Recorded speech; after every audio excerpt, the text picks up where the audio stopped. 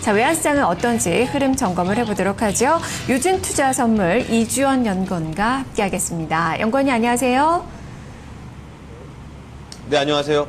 네, 오늘 환율은 소폭 오르면서 출발이 됐습니다. 네. 현재 상황 어떻습니까? 네, 원달러 환율 어제 종가 대비 70전 상승한 1024원 40전에 출발했습니다. 현재는 상승폭을 조금 더 키우면서 1024원 중후반대에서 거래가 이루어지고 있는데요. 오늘 환율은 경기 부양책 기대감에 상승할 것으로 전망이 되고 있습니다.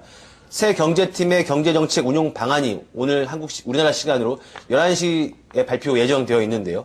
이 발표 이후에 환율은 상승 탄력을 받을 가능성이 높습니다.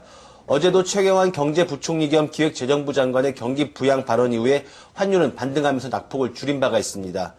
이런 상황에서 한국은행이 오늘 발표한 2분기 국내 총생산 증가율은 전기 대비 0.6% 증가에 그치면서 시장의 예상치인 0.7% 증가를 밑돌았습니다. 이에 따라서 다음 달 기준금리 인하 기대감이 더욱 커졌는데요. 현재 25bp를 인하할 것이다라는 기대감이 상당히 높습니다. 하지만 이 경제정책 운용 방안 발표 이후에 추가 25bp 인하, 즉 50bp 인하 가능성까지 높아진다면 환율은 조금 더 상승 탄력을 받을 가능성이 높고요. 지난밤에 여기 환율은 소폭 상승을 했습니다. 달러원 1개월물이 1025원 85전에 최종 호가됐습니다. 최근 1개월물 스왑 포인트 플러스 1원 60전을 고려하면 전일 현물한 종가였던 1023원 70전보다는 약 55전 정도 상승한 셈입니다. 그러나 역시 역내 공급 우위의 수급에 따라서 상승폭은 제한이 될 것으로 예상을 하고 있습니다. 즉 수출업체의 내고 물량이 월말이 다가옴에 따라서 그 강도를 조금 더 높일 것으로 보고 있는데 현재는 1020원 중후반대에서 대기하고 있는 것으로 보여지지만 경제정책 운용 방안 발표 이후에 환율의 상승폭에 따라서 다시 1030원대로 레벨을 높일 수도 있는 그런 상황입니다. 오늘도 외국인의 국내 주식 매매 동향에 주목을 해야 할 것으로 보여집니다. 외국인의 국내 주식 순매수가 주춤한다면 환율에는 상승 압력으로 작용할 수 있기 때문입니다. 오늘 환율의 예상 범위는 1023원에서 1028원입니다. 네, 오늘 최경환 후에 새 경제정책 운용 방안이 발표가 됐는데 한 가지 정정할 점은 11시가 아니고 한 시간 앞당겨졌어요. 긴급하게 앞당겨져서 10시에 이제 경제정책이 발표가 될 그 예정인데요. 자, 이런 부분들이 환율의 이 하락 압력을 많이 좀 제어하는 그 움직임으로 작용할 수 있을까요?